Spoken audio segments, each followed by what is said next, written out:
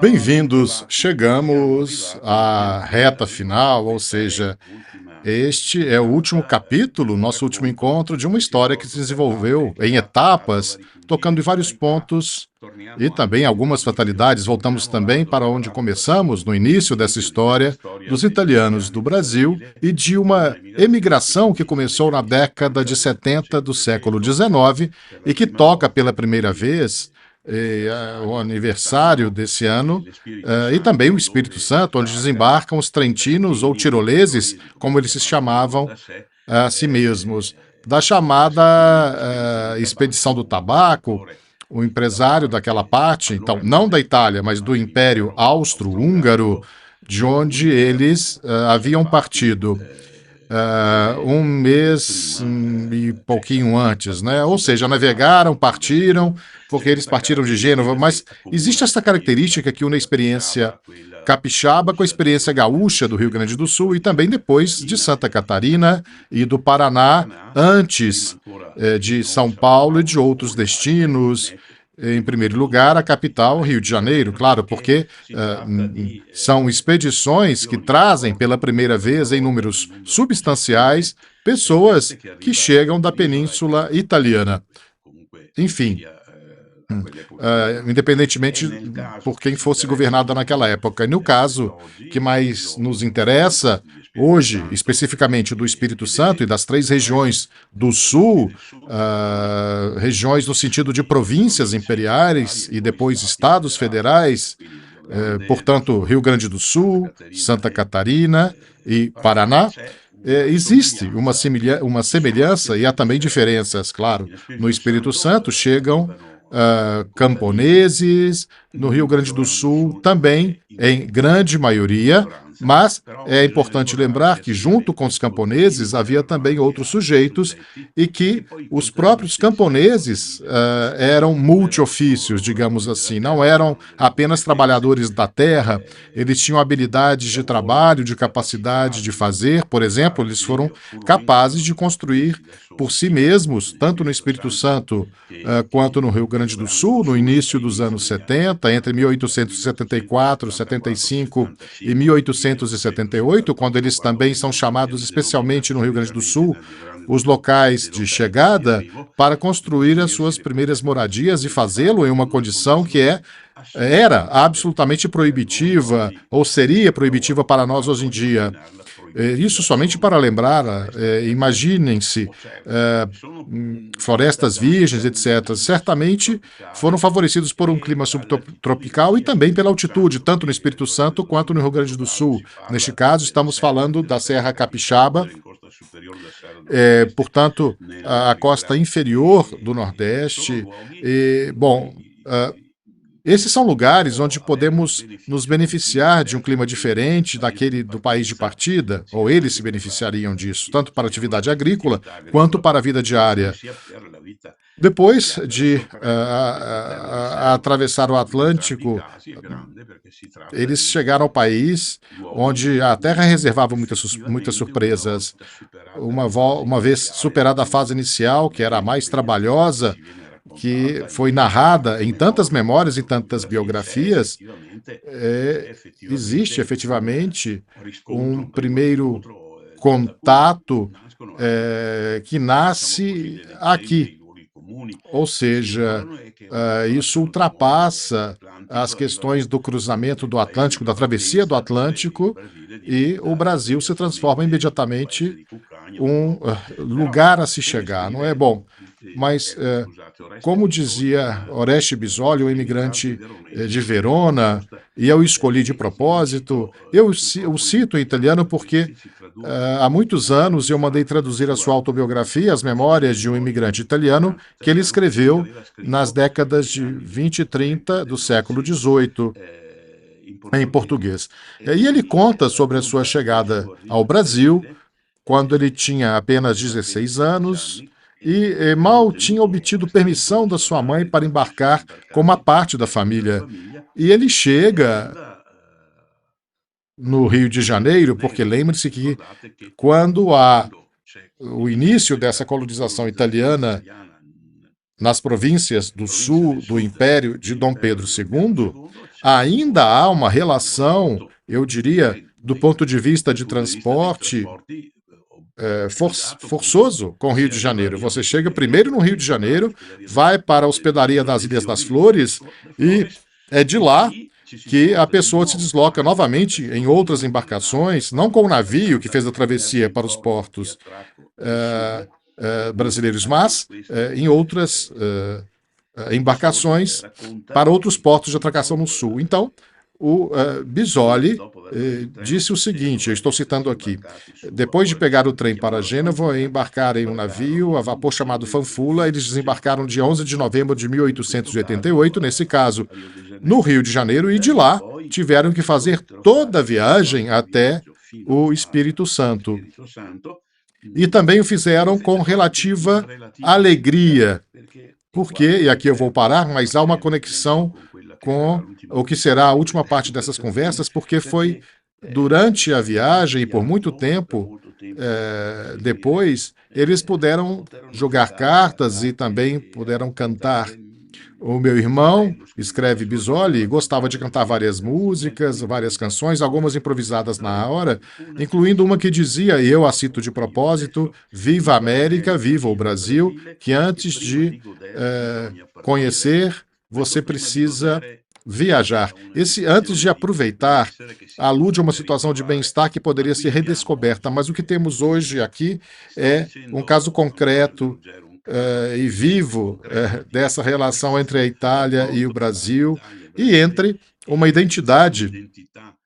nacional que, por força dos fatos, mesmo no seu caso, é colocada não à prova ou testada, mas simplesmente comparada como uma experiência de vida. Vocês sabem que o Antônio de Ruggiero é um professor universitário brasileiro como colocação profissional, mas ele nasceu na Itália, ele é toscano, também escreveu uma história da imigração da Toscana e, portanto, é muito qualificado. Ele vive entre Caxias do Sul e Porto Alegre, e, portanto, ele também é um pouco gaúcho. Então é difícil dizer o que ele é, porque a gente sabe que pela história particular sobre a qual a gente também vai voltar, também no Rio Grande do Sul, os gaúchos estão no Brasil meridional, na parte mais ao sul do Brasil, e são uma população que sofre muito com a proximidade, ou sente muito, né, a proximidade do Uruguai com a Argentina. Não por acaso são os equivalentes aos gaúchos, e, portanto, também podemos dizer que, em certa medida, são os gaúchos do Vêneto, onde há uma descendência veneziana muito forte, mas não somente veneziana, do norte da Itália setentrional, e a partir de um certo ponto também do sul. Bom, um nosso amigo em comum, comum também para o Antônio, uma colega de Verona, que há alguns anos atrás faleceu, e dedicou uma parte da sua atividade de pesquisa aos calabreses de Porto Alegre. Todos sabem que no Brasil, os calabreses de São Paulo, do bairro do Bexiga e também de Porto Alegre. Então, mesmo no Rio Grande do Sul, existem calabreses. Não sei se há em número substancial como no Espírito Santo, mas como as celebrações que começaram a ocorrer neste ano dos 150 anos da presença italiana no Brasil, também tem a ver com aquela área. Quem sabe, talvez, saibamos alguma coisa a mais sobre isso. Bom, então é com esse sistema um pouquinho rudimentar que eu apresento o professor como parte da conversa de hoje, porque, de fato, essa presença de grupos diferentes, também etnicamente, não necessariamente apenas em nível nacional, italianos e alemães, mas é a chave para muitos eventos posteriores na história da presença italiana no Brasil do século XIX, porque eles se encontram, tanto no Rio Grande do Sul quanto no Espírito Santo, em contato direto e em condições não de favorecimento, mas ao contrário, de desvantagem, porque os alemães haviam chegado antes, até mesmo antes dos tiroleses italianos, dos tiroleses do sul, e eles ocuparam as melhores partes da terra, e, portanto, como agricultores, eles se deram melhor, não é? Talvez isso também tenha tido uma influência positiva. De Ruggiero me dirá isso mais tarde, se for o caso, sobre um incentivo que também é recebido por esse componente imigrante que, não encontrando o caminho barrado, mas complicado na terra da agricultura, talvez ganhe força e também o force a se tornar um sujeito empreendedor em outros campos e setores. Mas veremos tudo isso ao longo dessa conversa. E agora eu passo a palavra ao Antônio, porque o Antônio, eu repito, também como experiência pessoal individual, é capaz de nos levar de volta sobre aquele terreno das identidades e quem são os brasileiros hoje de origem italiana, porque já sabemos que aqueles que descendem dos primeiros que chegaram, mas também da segunda e da terceira geração, estão hoje na quinta, quarta,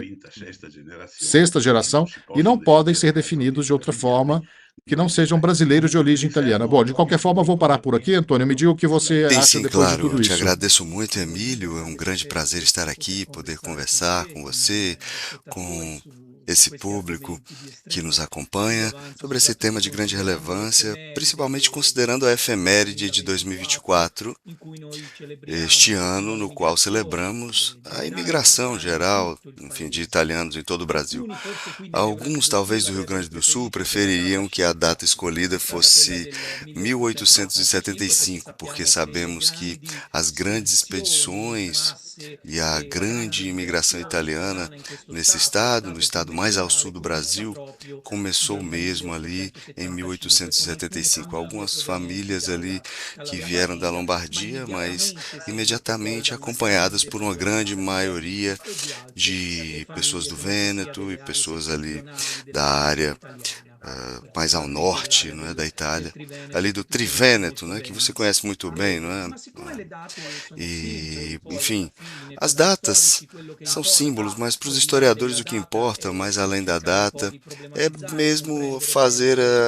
ter uma compreensão maior das dinâmicas, não é? E inseri-las num quadro, digamos assim, mais completo da e a imigração no Brasil, nesse caso eu vou falar mais do Rio Grande do Sul, ela começa até antes dessa data, não é? A imigração de italianos, particularmente no Rio Grande do Sul, na minha opinião, inserido ali nesse quadro desses 4 estados que nós vamos nos ater mais hoje, Santa Catarina, Paraná, Espírito Santo e Rio Grande do Sul. Não é? E, não obstante as semelhanças dos processos, das dinâmicas que caracterizaram essa chegada, com certeza o Rio Grande do Sul é o estado que tem os maiores números. Não é? Só para dar alguma indicação, digamos assim, sem ter a ambição de fazer referências precisas em termos de estatísticas, porque é muito difícil, mas de 1875 até a Primeira Guerra Mundial, temos aí mais ou menos 100 mil italianos dentro do estado mais ao sul do Brasil. Não é muito mais do que aqueles que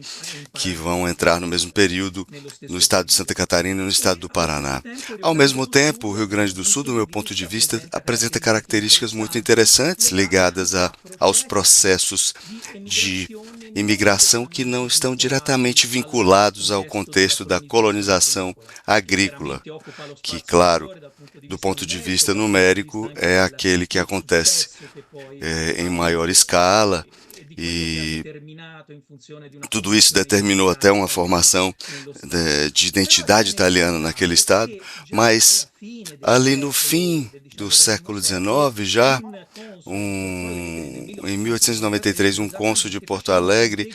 fez uma espécie de contagem aproximada dos italianos que não residiam na zona da Serra Gaúcha, da colônia agrícola, e era mais ou menos uns 20 mil italianos que entraram, em muitos casos, ali que vieram dos países vizinhos, dos nossos países irmãos, né? No caso a Argentina e o Uruguai, especificamente. Então nós temos aí uma dinâmica muito grande, principalmente naquelas cidades um pouco maiores, nas zonas de fronteira, né, dos dois lados. E também do ponto de vista associativo, a formação das primeiras associações étnicas italianas, nós encontramos exatamente nesses locais, aparentemente locais periféricos, né, em relação à zona da capital e, claro, em relação às zonas de colônia, mas foram os primeiros pontos ali de espaço e de acolhimento a grupos consistentes, não necessariamente consistentes, melhor dizendo, de italianos que chegavam até falando espanhol, não é? Depois ali de ter tido uma experiência em Montevidéu ou em Buenos Aires, e esse cônsul, que era Pasquale Corte, que teve uma primeira experiência também em Montevidéu em 74 e depois em Porto Alegre em 84,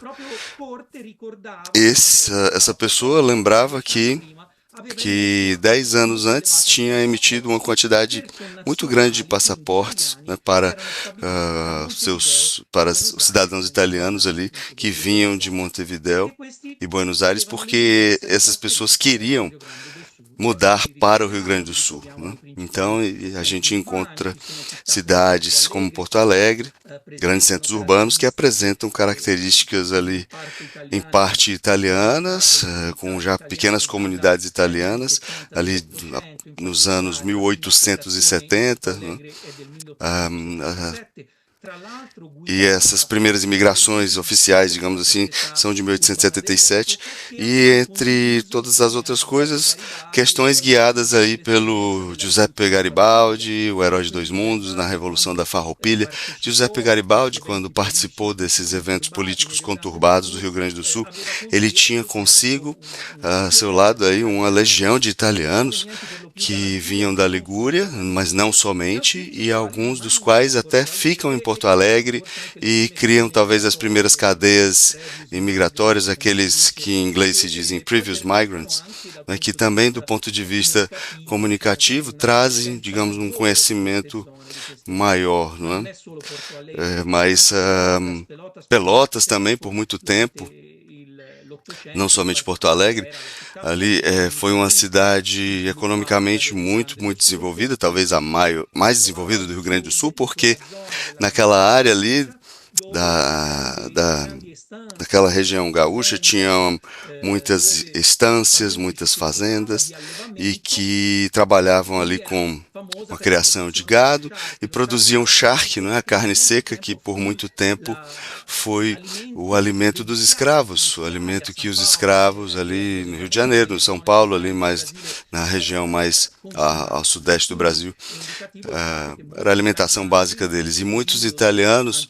nesse período, nos grandes fluxos, chegassem a Pelotas ou até mesmo a Rio Grande, que é um porto, é o principal porto do estado do Rio Grande do Sul,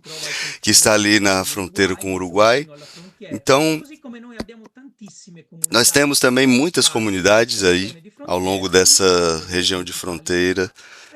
não é? E essa dinâmica, por exemplo, eu não a encontrei em Santa Catarina, não a encontrei no estado do Paraná, onde a imigração italiana tem uma conotação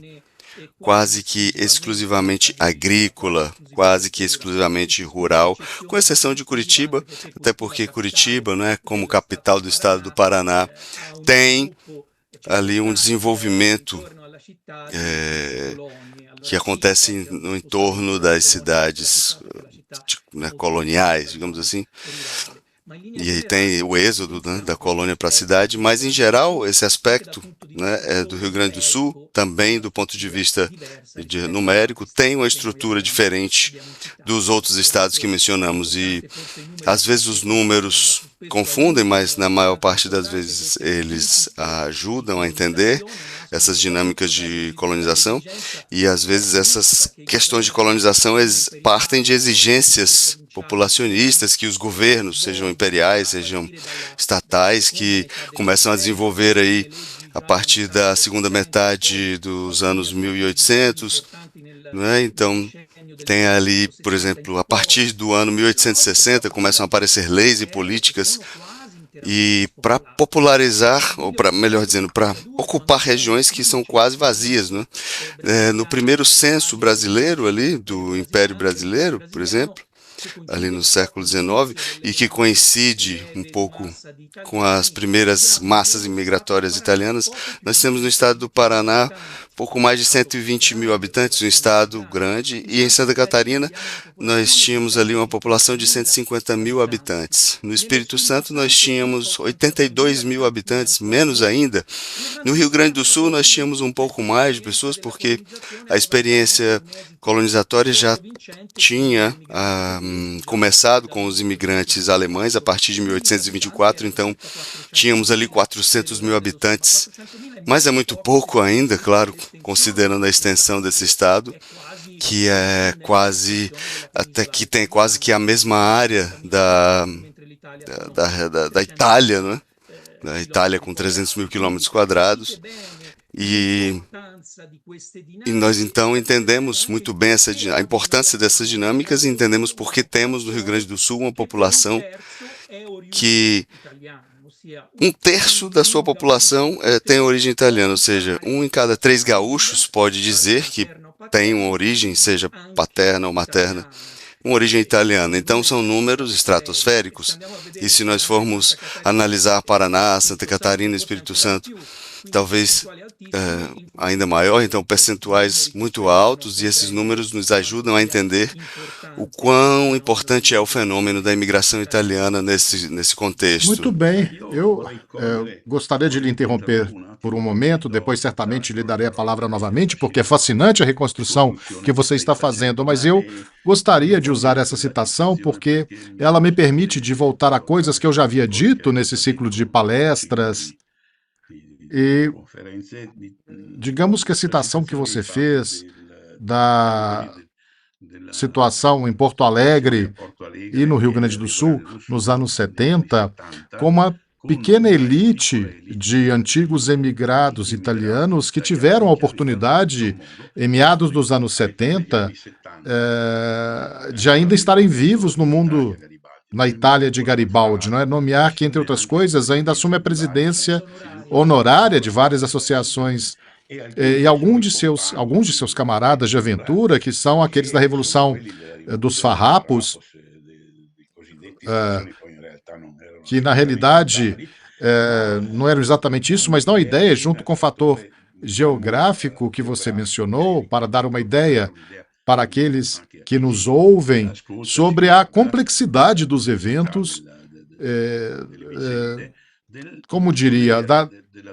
duplação que ocorre no Rio Grande do Sul em relação a outros estados, incluindo o próprio sul do Brasil, o próprio estado de Santa Catarina, e até certo ponto, e a Anitta, vocês sabem, era catarinense, a esposa, a mulher mais amada por Garibaldi, era de fato de Santa Catarina, mas há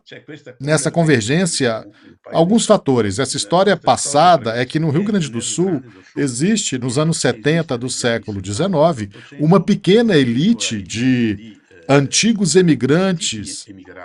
italianos de matriz mazziniana. Talvez alguns já eram companheiros ou já fossem companheiros de luta de Garibaldi, portanto ligados, mesmo sendo à sua maneira, a uma ideia de que uma ideia de república que no Rio Grande do Sul vai ter bastante importância.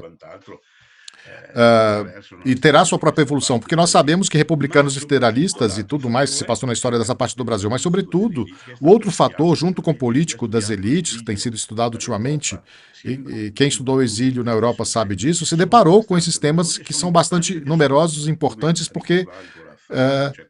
como vocês se lembram daquela frase,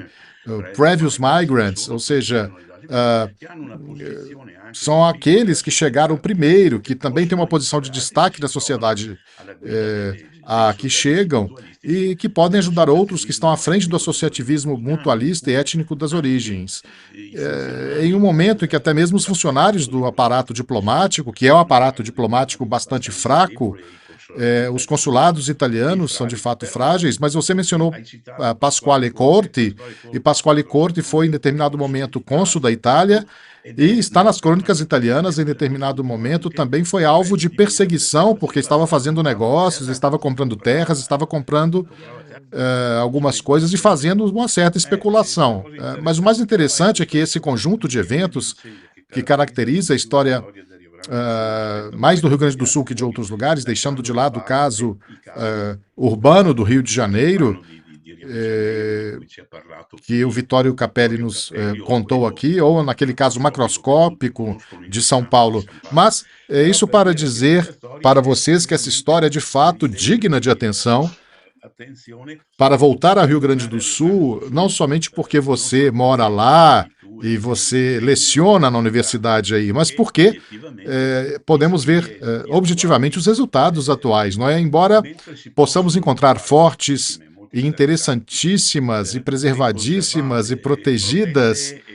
histórias vividas intensamente, as várias formas de associação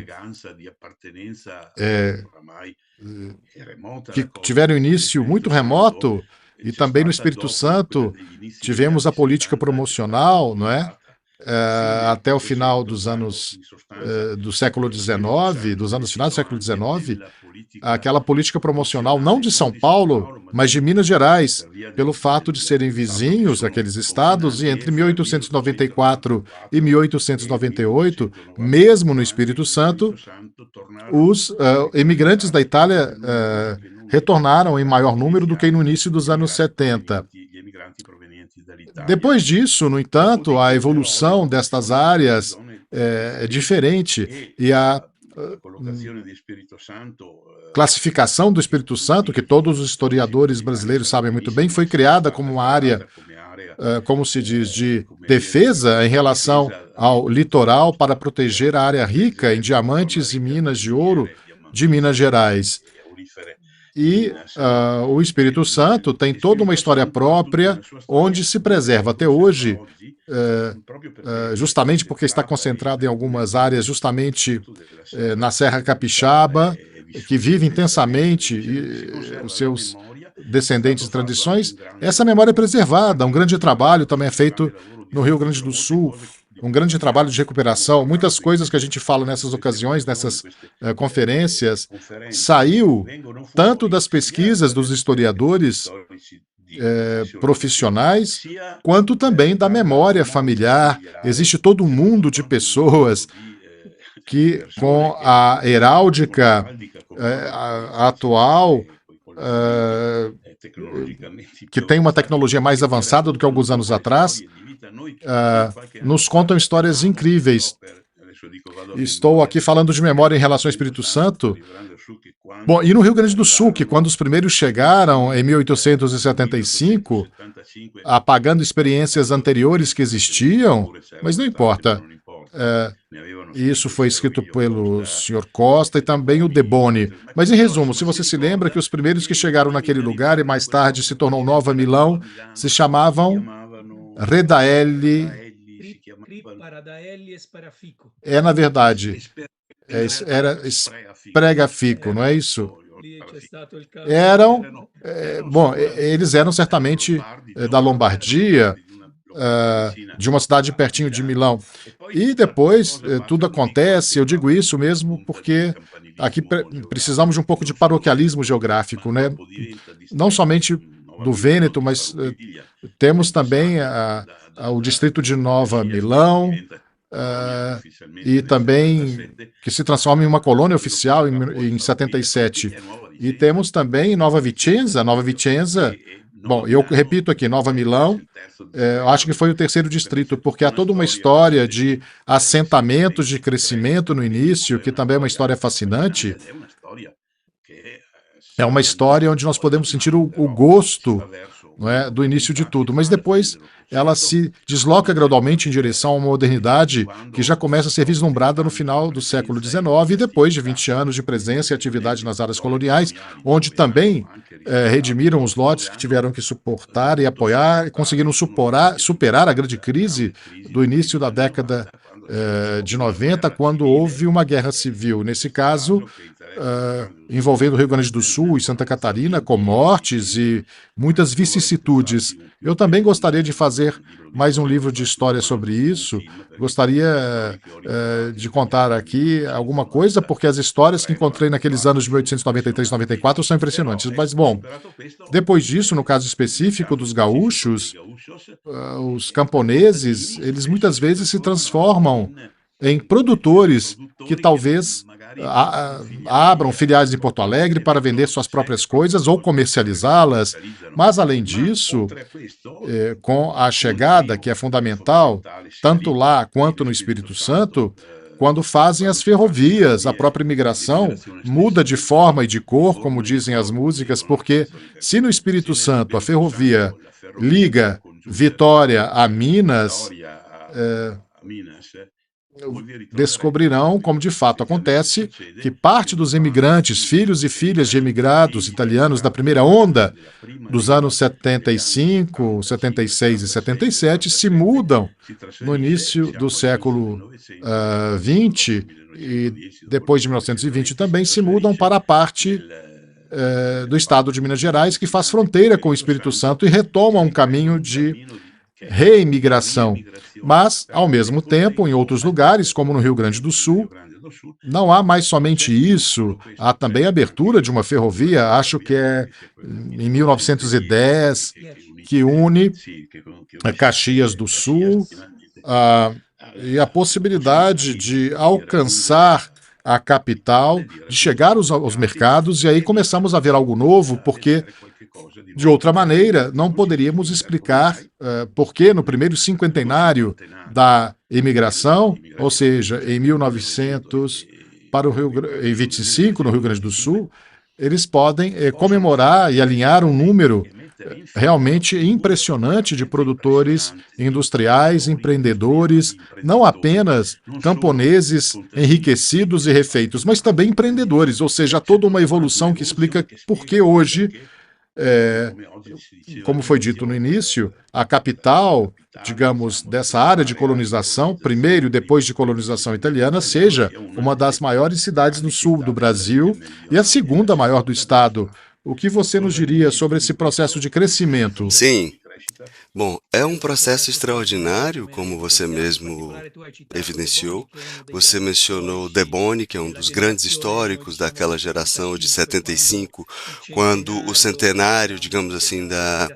o primeiro centenário da imigração estimulou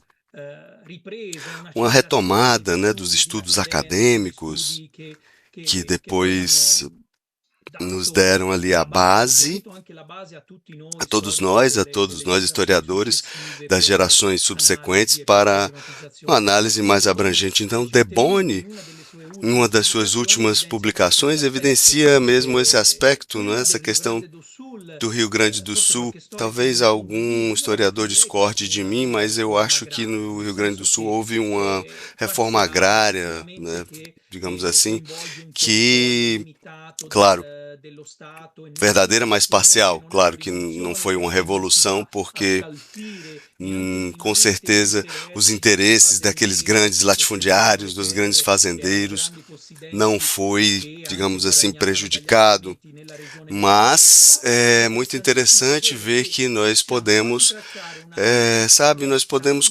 traçar ali uma linha reta na metade do estado do Rio Grande do Sul, que tem uma forma de diamante,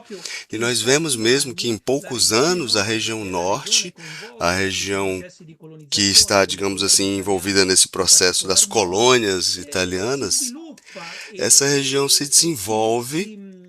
ela tem acelerado a sua produção, digamos assim, de uma maneira muito, muito rápida. Então, o De Boni,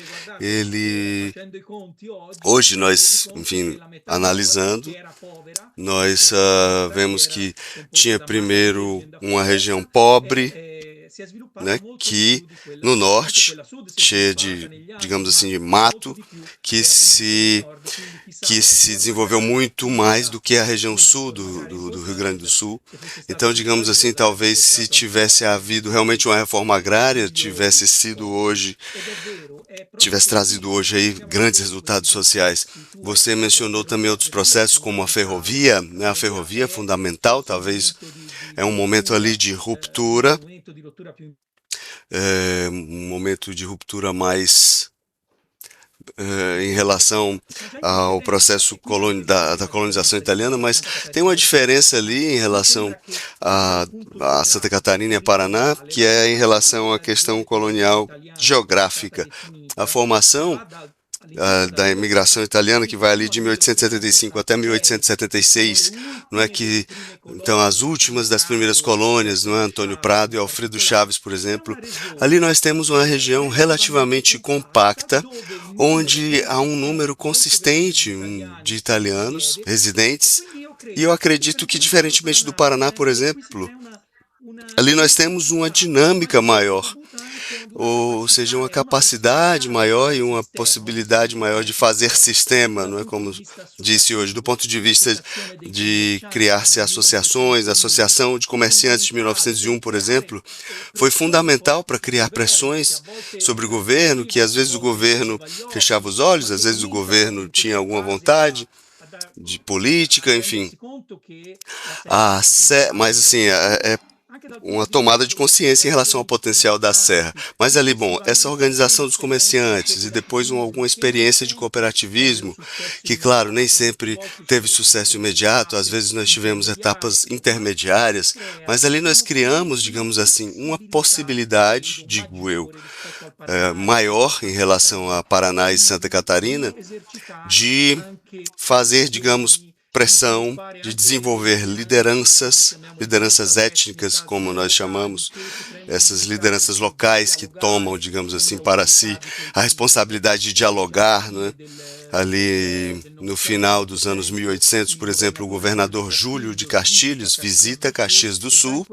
e já naquele tempo ele dá a definição, a pérola das colônias, né? Comparando ali com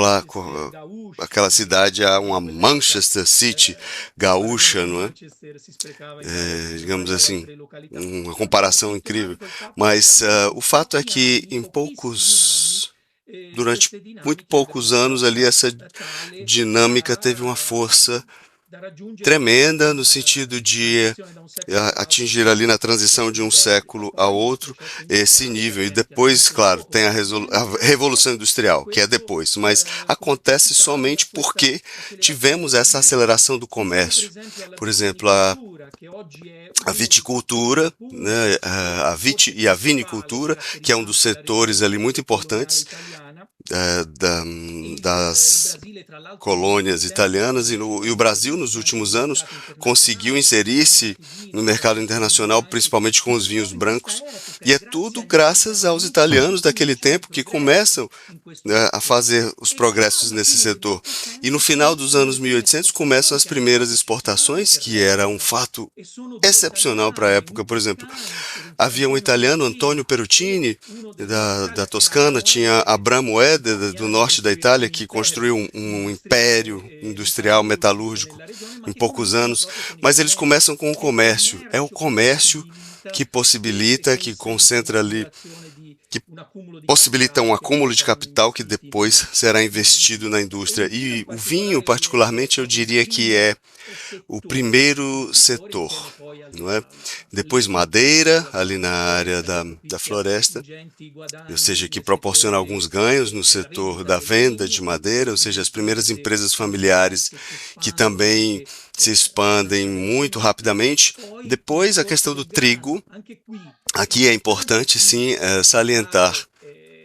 e lembrar, não é? Enfatizar as capacidades, as habilidades desses imigrantes, agricultores, mas também artesãos, e claro,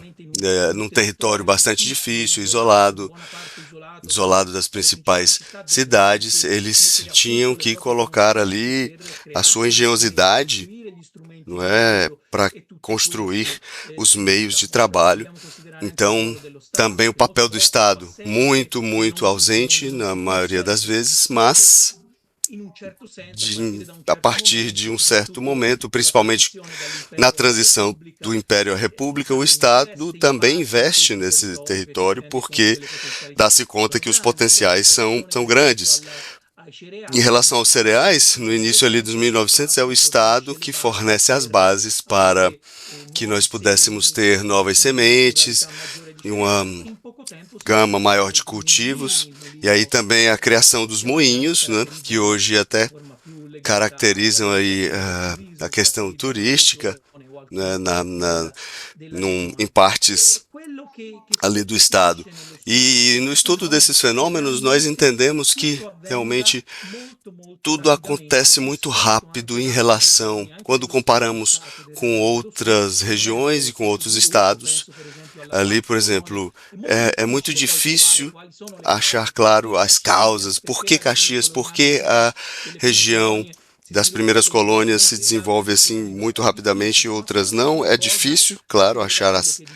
causas exatas, mas, bom, vemos que é um território mais compacto, que temos uma presença importante de italianos que vêm quase todos da mesma região, que eles têm seus conflitos, mas mais ou menos eles conseguem colocar-se ali alinhados, né? E o comércio é a primeira etapa de transição para a fase industrial e depois, claro, a partir da consolidação do comércio, nós vamos ter também conflitos de classe, né, na questão capitalista, não é, no sentido mais moderno, como conhecemos hoje, mas ali também é a base para que a indústria traga seus benefícios. E como você disse ali no 25, não é, nós temos já uma quantidade de pequenas empresas que, claro, vão aumentar de modo exponencial ali no álbum de 1950, bom, que não é tão bonito quanto aquele de 1925, mas daí dá para entender como esse desenvolvimento econômico aconteceu. Mas em 1950 precisamos nos lembrar disso para aqueles que nos acompanham, porque mencionamos isso de passagem em alguma ocasião anterior. Em 1950, haviam passado poucos anos desde o fim da guerra e do momento em que, por causa da guerra, o Brasil, onde o Brasil estava lutando contra a Itália fascista e contra a Alemanha, os habitantes das áreas que mencionamos aqui, e, de certo modo em todo o Brasil, de origem italiana, foram colocados em condições particularmente difíceis, pois foram proibidos de usar até mesmo o uso da língua italiana, e isso não é insignificante, assim como as histórias, por mais interessantes que sejam, da evolução industrial e das especializações pelas quais os gaúchos da Serra Italiana são conhecidos em todo o Brasil. A produção de vinho, já na década de 20, está muito ligada a isso.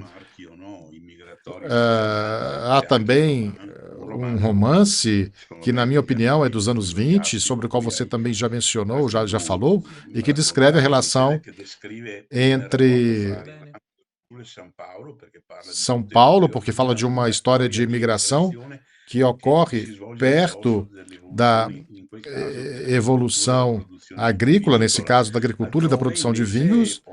em outros lugares também. Em vez disso, pode haver processos de transformação diferentes. Veio-me à mente falar sobre o movimento operário e a indústria têxtil, que juntamente com Abramo Ederle, que pertencia a uma família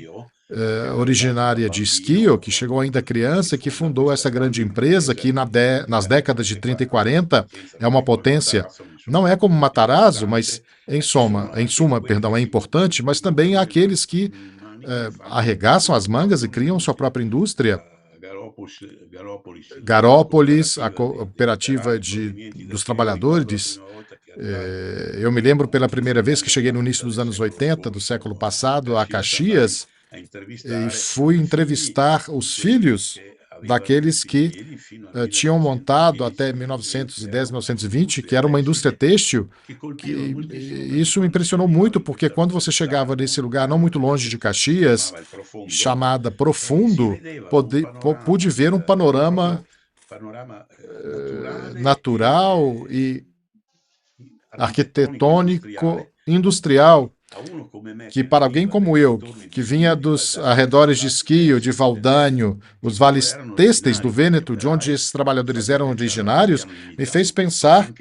bom, que eles também imitavam tudo. Depois, com a entrevista, eu me lembro que uma pessoa, acho que descendente de um dos primeiros trabalhadores que fundaram a cooperativa, me deu algumas cartas que naquele momento não foram inseridas nas edições posteriores do Mérica América, com a coleção de cartas de imigrantes que eu havia publicado anteriormente, mas eram cartas muito significativas porque falavam de outra imigração, a imigração de trabalhadores em um Brasil que também queria se tornar industrial e queria se desenvolver, não é? Nesse sentido, no entanto, eu gostaria que mudássemos um pouco o foco de atenção para alguns temas que foram abordados várias vezes nas conversas, mas que merecem ser meditados em relação ao Rio Grande do Sul e ao Espírito Santo. Ou seja, a diferença entre o Espírito Santo e o Rio Grande do Sul em relação ao empenho literário, a obra literária ou promocional sobre a valorização do dialeto de determinado tipo de fala, especialmente no nível familiar, especificamente o italiano, que é típico do Rio Grande do Sul, porque ainda que em outros lugares existam fenômenos de preservação de dialetos, especialmente a nível familiar, existe um fenômeno, como que se deu especialmente nos últimos 30 anos no Rio Grande do Sul, que não é encontrado nem mesmo onde as semelhanças com os estágios iniciais e as experiências de assentamento e colonização agrária são grandes, porque no Espírito Santo eu não tenho ciência de que tenha havido uma onda de recuperação linguística que encontre algum tipo de correspondência, até mesmo na Itália, se eu posso dizer assim. Aqui estou encaminhando para a conclusão de uma jornada que eu desfrutei junto com os acadêmicos. Há também que se ter em mente que o caso do Rio Grande do Sul, e aqui eu me lembrei de Deboni e também o Frei Costa, que reúne acadêmicos sérios importantes. Existe uma certa quantidade de jornalistas, de publicitários, digamos assim, de personagens que, comparados a Costa ou Deboni, têm um nível de conhecimento real das coisas, tem um lugar específico na sociedade de então. É um pouco como no Vêneto, por outro lado, porque parece que de tempos em tempos você não consegue estabelecer uma linguagem entre os dois lados do Vêneto, digamos assim, as duas partes, a Lombardia, a Itália, o Brasil, o Rio Grande do Sul, porque é necessariamente uma espécie de diálogo entre surdos, porque eu tenho a impressão de que o que tem acontecido, e você poderia falar sobre isso, você que está aí de olho neles, né, o fenômeno da proliferação, há também altos níveis na literatura, também podemos encontrar escritores de excelente nível, mas o Talian e a sua valorização, além de criar algumas ferramentas, dicionários, etc., deu origem a uma epopeia que tem sido muito importante para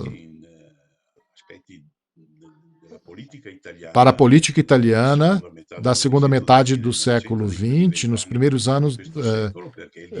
desse século, porque o diálogo é entre leguistas italianos e tradicionalistas brasileiros, ou ítalo-brasileiros, ou vêneto-brasileiros, quer dizer, de um lado você tem os herdeiros de Frei Rovílio Costa, ou muitos que o imitam, e de outro você tem Ettero Pezzato, Giorgio Aminazzo, Rose Marin, quer dizer, todos aqueles que no Vêneto, em particular, acreditam que são os depositários deste, desta primazia neste campo e que eles literalmente não têm nenhuma relação, embora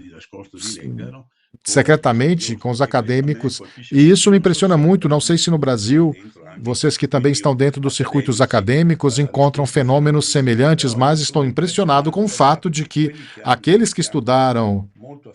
bastante profundamente essa relação ítalo-brasileira, ou seja, se possam encontrar fenômenos semelhantes, interessantes e importantes, que está ligado a essa dimensão política, de uso político das tradições de uma história caracterizada pelos geminatos, não é? Por formas de proximidade que implicam em constantes viagens, administradores daqui e de lá fazem viagens. Basicamente, eu também costumava fazer viagens quando vinha fazer pesquisa, mas eu vinha fazer pesquisa de fato e não ficava aí dando voltinha para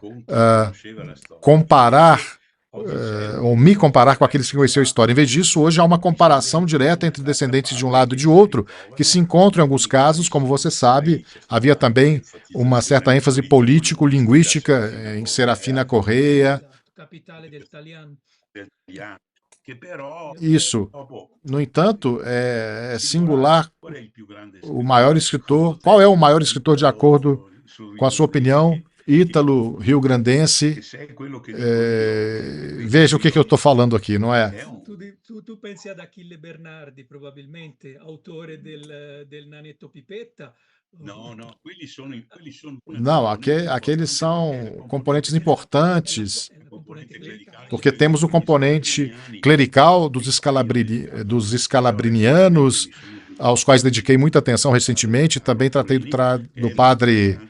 Carlo Porrini, porque, o que é interessante para mim, porque ele é um dos escalabrinianos que trabalhou primeiro no Rio Grande do Sul e depois em São Paulo, e é um personagem extraordinário. Era lombardo, mas escrevia em dialeto veneziano, que também é significativo. Esse é um capítulo da história, mas é sintomático. Bom, ele é, claro, mais velho do que eu. É sintomático que ele, que escreveu romances importantes, escrevendo o Rio Grande do Sul no início dos anos de 1900, tenha crescido em uma família onde o pai o tinha proibido de usar o dialeto italiano. Depois ele foi para o seminário e também saiu de lá. Então ele tinha a dupla competência linguística, mas ele é formado como brasileiro, escreve em português. Depois, claro, obviamente ele sabe falar o dialeto, que é a versão em português brasileiro do dialeto veneziano, que é uma coiné feltrina vicentina belunese, ou seja, com palavras diferentes, de onde, a partir de uma herança de pessoas que vinham de diferentes províncias, se formava. Mas aqui, desse ponto de vista, ou seja, a recuperação do talian e as operações de enfatizar uma identidade que não é a nacional italiana mais, mas é uma regional, uma identidade regional. Exato. Como isso está hoje? Como é a situação no Brasil hoje em dia? A situação, bom, houve períodos piores, né? Como você mesmo falou ali no final do ano passado, do século passado, quando havia realmente operações, né, de apropriação da memória das comunidades marginadas. Nós falamos sobre tudo isso, né? Você falou muito bem. Eu não quero alimentar polêmicas, não, de jeito nenhum, mas infelizmente o tema do Talian é um tema, sim, vivo e polêmico. Eu tive a ocasião recentemente de falar com a jornalista do jornal de Sofre, Post, né? Sim, um jornal que trabalha com documentários ali de grande volume, não é? Um aprofundamento bastante notável e, de acordo com a minha opinião, enfim, ela fez uma entrevista maravilhosa sobre essa questão do Talian. E tudo que se fez e tudo que se continua a fazer em relação ao talian. Bom, eu não tenho nada contra expressões dialetais, mas eu acho que eu tenho a mesma opinião sua. Falar de língua, como acadêmico, como estudioso, eu prefiro o conceito de koiné literária, não é? Então, alguns universitários importantes, como Vitalina Froese, por exemplo, já falaram sobre isso. Mas os linguistas fazem isso, imagina. Os linguistas fazem, enfim, tudo isso. Nós falamos de história cultural e consideramos o talian um fenômeno sociocultural, mas não somente o talian, mas tantos outros elementos na questão das tradições, muitas vezes são utilizados como instrumentos, armas políticas e tantas outras coisas. Nesse momento, bom, nós não estamos passando por um momento assim tão turbulento. O Rio Grande do Sul tem uma tradição separatista e o separatismo do Rio Grande do Sul dialoga ou dialogava em parte com esse separatismo ligado à nossa pátria italiana, em vários níveis. Por exemplo, hoje em dia eu sei que você, nos últimos anos, você está trabalhando com questões relativas aos conflitos ali, relativos aos trentinos e tiroleses, né, e italianos. Bom, é um pouco do que acontecia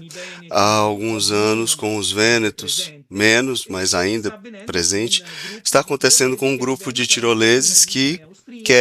reivindicam a origem austríaca, que não querem ser confundidos com italianos, né? E, enfim, nessa data de 74, de novo, né, teve essa polêmica e houve uma comunicação feita. Bom, hoje nós temos os meios digitais e todos podem ter, digamos assim, um palco, né? Podem se exprimir e fazer ali um número de seguidores importantes, né? E, claro, tudo isso pode gerar problemas sociais de vários tipos. Às vezes, fenômenos inócuos, por exemplo, reuniões familiares, festas de família, pessoas que buscam ali a genealogia do sobrenome e, através das redes sociais, vai pesquisar parentes mais distantes, criando formas de geminação que são quase que rituais per se. Bom, por um lado, eu sou historiador, eu sigo com a minha pesquisa científica e na maior parte dos casos esse revival étnico é uma consequência, às vezes é uma forma de resistência a processos de globalização. Por exemplo, um grande sociólogo, que morreu há poucos anos, falava no termo sociedade líquida, ou seja, quando perdemos os valores, as raízes, existe uma vontade de recuperá-las, né? E até um certo ponto esse revival étnico é inofensivo e cria até processos que me agradam. Por exemplo, o turismo, o enoturismo que nós temos nas áreas de colônias, né? E surgem novas oportunidades de trabalho, surgem novas oportunidades de serviço que são melhorados, que valorizam o território, mas muitas vezes nós temos essas inserções políticas, por exemplo, no mundo do associativismo, o associativismo, principalmente o regional, como você mencionava, não é? A criação das geminações, né? Os gemelad, essas geminações também, um certo ponto, por um certo lado, criaram problemas. Tenho colegas na Universidade de Passo Fundo estudando essas geminações no nível sociológico, mostrando como esse sentimento sincero de pertencimento às vezes se sobrepõe, a isso se sobrepõe aquela instrumentação política que faz desses descendentes, que às vezes são um pouco ingênuos, fazem desses descendentes instrumentos para que, enfim, se consiga interferir em certas instâncias políticas, né? Então, as geminações, por exemplo, com as cidades no Vêneto, às vezes pessoas que vêm dessas cidades conseguem emprego, né, nos setores ali de saúde. Às vezes alguém que vem de uma cidadezinha do Rio Grande do Sul que tem uma geminação ali com a província de Vicenza, ali nós temos possibilidade de trabalho, então vamos dar a nossa gente, não é? Esse conceito, entre aspas, nossa gente, que quer dizer muito pouco, né? A realidade do Brasil hoje, não é difícil obter a dupla cidadania, não é? Na questão da da descendência sanguínea. E na Itália, por exemplo, jovens, adolescentes que estudaram na Itália, que se formaram na Itália, que passaram por um percurso italiano na sua formação, mas que são filhos de imigrantes do norte da África e de outras zonas, não têm acesso a uma cidadania plena. Enfim, é sempre a mesma polêmica, ou seja, está viva, vamos conversar sobre isso de maneira séria, sem, digamos, vieses políticos, porque nós acadêmicos queremos ser assim, mas evidentemente existe um problema ligado a essa questão desse revival étnico que às vezes torna-se violento e instrumentalizado. O mais impressionante é o fato de que também houve aqui, não de um ponto de vista político ou cultural, mas realmente demográfico, uma tendência entre o final do século passado e os primeiros 10 anos do século atual de deslocamentos de natureza imigratória em virtude dessas origens antigas para a Itália, e em particular para o Vêneto e também para a Lombardia, porque, objetivamente, entre os últimos anos do século XIX e os primeiros anos da década de 2000, houve uma corrente migratória, principalmente nos estados do sul do Brasil e, portanto, no Rio Grande do Sul, mas também de Santa Catarina e até do Paraná, últimos anos do século XX, perdão. Essa corrente migratória que tomou a direção do nordeste da Itália, particularmente do Vêneto. E eu até me dei ao trabalho, na época, de estudar essas coisas, porque elas me chamaram muito a atenção e são diferentes daquelas que nós temos hoje diante dos nossos olhos. Você fez bem em lembrar os estudos que a Universidade de Passo Fundo faz, acho que pelo João Carlos Tedesco e outros alunos dele, sobre os fenômenos das relações bilaterais e também sobre coisas que atualmente eu costumo trabalhar, mas acho que já mencionei isso em ocasião anterior, mas agora eu posso estar fazendo um pouco de confusão, porque foi um percurso bastante longo, já são, eu acho que 10 conferências que eu dei aqui. Bom, vamos ver se podemos dizer que atualmente, nos últimos 3, 4 ou 5 anos, há uma corrida pela cidadania italiana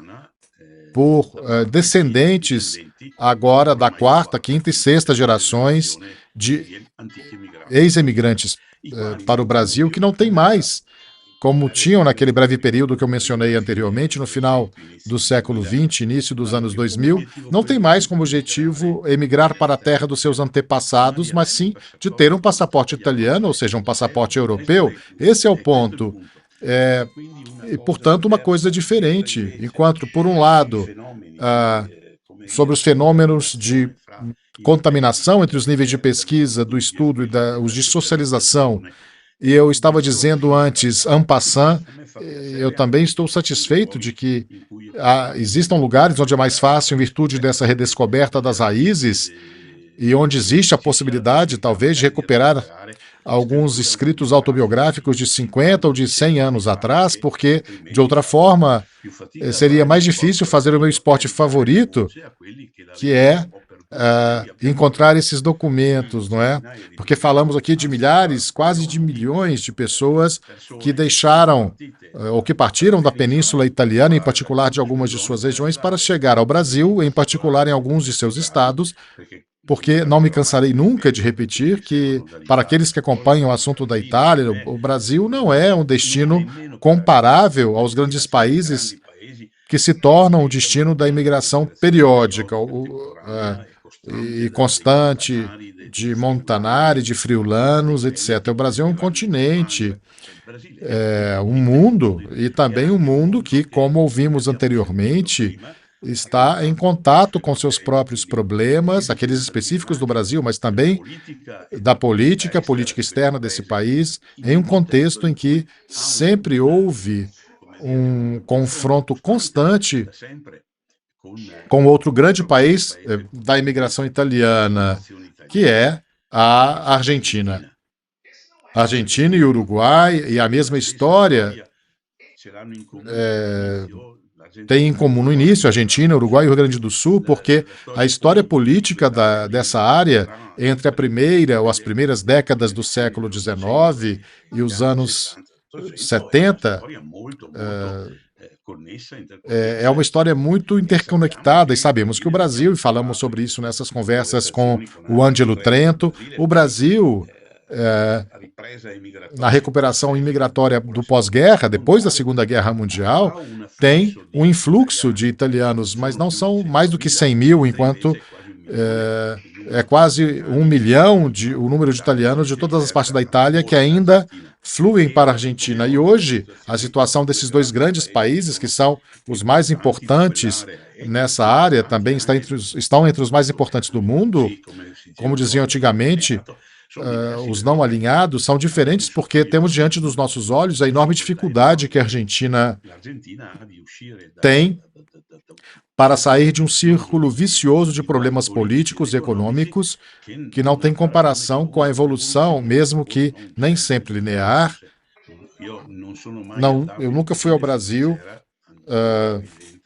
enquanto ainda vigia, não é, a ditadura militar. E desde 2017 eu não voltei por outras razões, mas eu poderia talvez voltar se não fosse alguns probleminhas da idade que eu acumulei com os anos.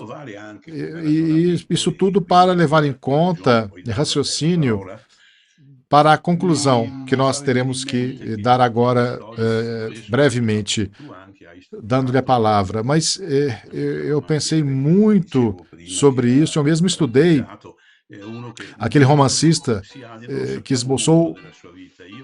algumas ideias. Bom, não sabemos muito sobre sua vida. Eu acho que ele ainda estava vivo quando ele fez a segunda edição no início dos anos 50. De 48, né? Bom, a segunda edição, pelo menos a única que eu encontrei, foi a de 48. Bom, você encontrou de 48. Eu encontrei uma reimpressão. Mas fico feliz que tenha havido uma segunda edição de 48, porque eu nasci em 48, ou seja, em 1948. Não me façam parecer mais velho do que eu pareço. Pelo amor de Deus, pessoal. Eu também pude medir essa coisa que agora eu frequentemente comento em relação a outras coisas que eu estudo, ou seja, para mim, e agora cheguei a uma certa idade, agora vocês já sabem quantos anos eu tenho,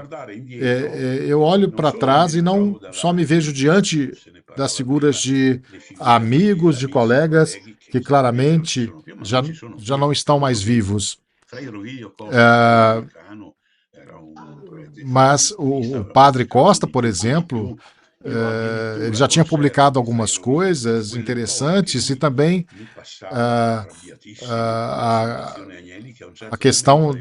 da mágoa que ele tinha com a Fundação Agnelli, que em certo momento parou de financiar as suas iniciativas editoriais, e também tínhamos os jornais que ele publicava com depoimentos, entrevistas,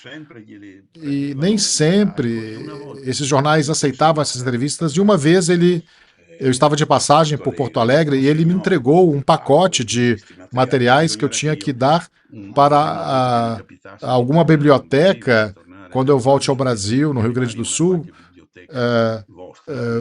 no sentido gaúcho ou brasileiro, porque eu mesmo trabalhava neles, mas não tenho mais força, mas eles são interessantes porque mesmo que sejam testemunhos coletados por ele com pessoas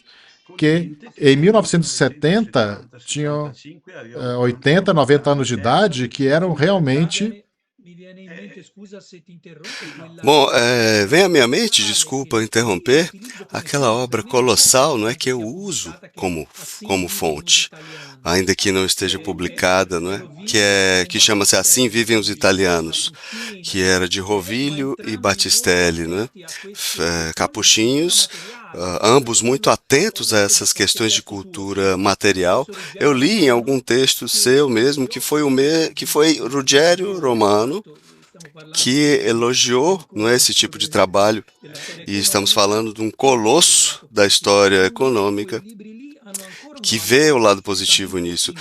Esse tipo de livro, ele tem um valor inédito, justamente pelo que você disse. Entrevistas ali registradas de pessoas que já morreram há muito tempo e que foram ali entrevistadas nos anos 70 e que nos deram ali, deixaram testemunhos indicativos ali de um mundo que não existe mais, mas um mundo, enfim, ao qual Eu estamos acredito que ligados, essa né? observação se projeta também para uma dimensão, por um lado, aberta a novas técnicas metodológicas, que são principalmente as da história oral e também da microhistória. No Brasil, a microhistória tem sido muito bem sucedida. Na Itália, eu acho que um pouco menos, apesar de tudo, são mais famosos Ginsburg e os outros são mais populares no Brasil do que na Itália, mas as entrevistas, a história oral, agora temos Alessandro Caselato, que também está envolvido em um serviço que traz novas informações interessantes. Eu tentei levar isso em conta, coletando, porque agora talvez haja poucos, então eu coleciono o que fiz até a pandemia, que não me tirou de cena até 2020, 2021. Eu criei um trabalho que estou divulgando. Eu nunca tinha feito isso antes, a não ser pelas Cartas dos Imigrantes, que é um livro que data do século passado e de muito tempo atrás, mas eu nunca falei das minhas obras.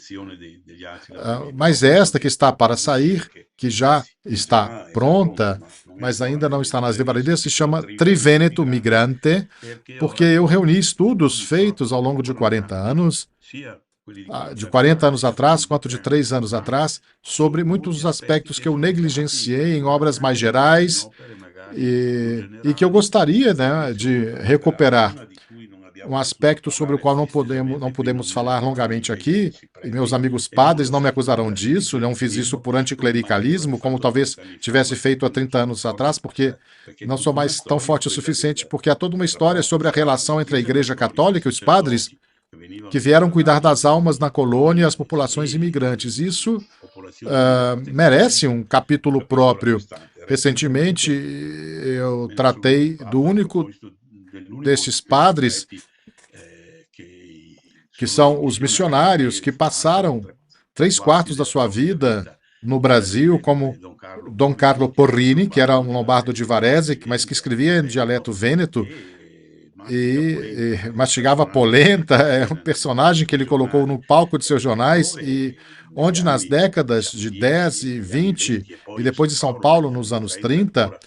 ele ainda desempenhava um papel, entre outras coisas, que eu gostaria de salientar. Acho que ele estava fazendo tese de doutorado, algo assim, e eu acredito que ele é o único padre ou missionário que deixou evidências desse seu enorme trabalho no arquivo geral da congregação dos